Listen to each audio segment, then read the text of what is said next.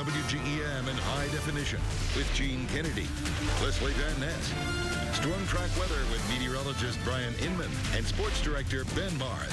This is WGEM News at 10, the Tri-States News Leader. Welcome back. We've got much more on this storm that tore through Quincy earlier this evening, but now to some national news from the day. The FBI says it's arrested a Massachusetts man who they say was plotting an ISIS-inspired terror attack targeting college cafeterias.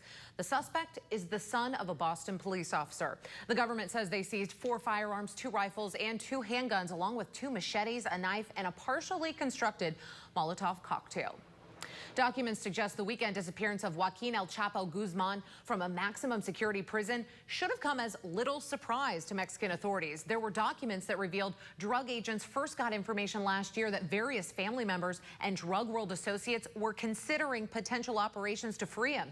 Guzman's cartel has been known for digging sophisticated smuggling tunnels under the U.S. border with Mexico since the 90s.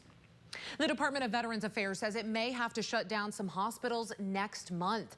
That's if Congress does not address a $2.5 billion shortfall for the current budget year. The VA told Congress it needs to cover shortfalls caused by an increased demand by veterans for health care, including costly treatments for hepatitis C.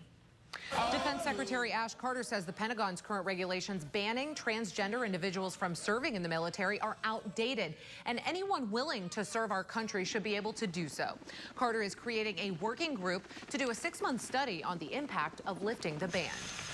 It's official. Wisconsin Governor Scott Walker kicked off his campaign for the Republican race for president. Governor Walker, now the 15th GOP candidate to announce his run for the 2016 presidential election, and enters the race as a top-tier contender. He uses his kickoff rally to portray himself as not only a fighter but also a winner. He's had 3 election victories in 4 years.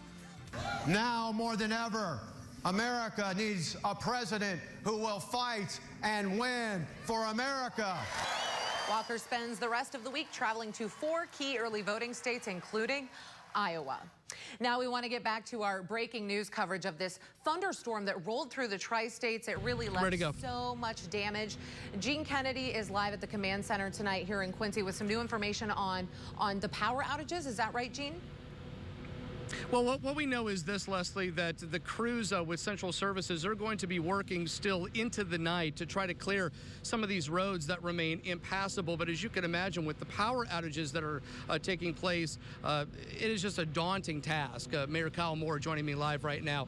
How do these crews do this, and how long do they go? Well, they go as long as they feel safe. And so right now, without power, they can only do it as long as they feel safe. So we've asked the crews, hey, if you're moving debris and you can't see it, let us know, and then we're going to pull them. And we do have crews coming in the morning, and so they're going to work as long as they can. And it may be a couple extra hours. It may be into the morning. We just don't know. But and so you have, for residents out there who are heading to work, trying to get life back to normal, who are many of which still without power, what do they do? I mean, they're going to come across impassable roads tomorrow. Yeah, we're asking everybody to stay put in the morning, and we're asking employers, if you know that you're without power right now, to call your workers or let them know, not to come in because of the fact that most of the roads are going to be impassable right now. So again, it's being patient, and we do have crews working, but we'll start mobilizing contractors early tomorrow morning so that way we can get most of the major thoroughfares safe for passage.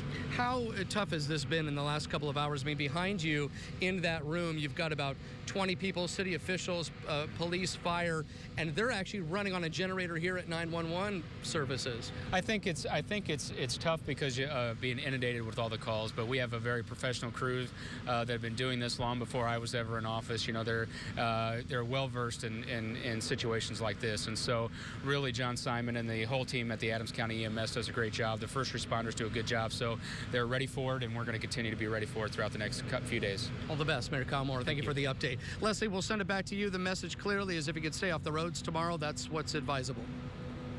Next on WGEM News.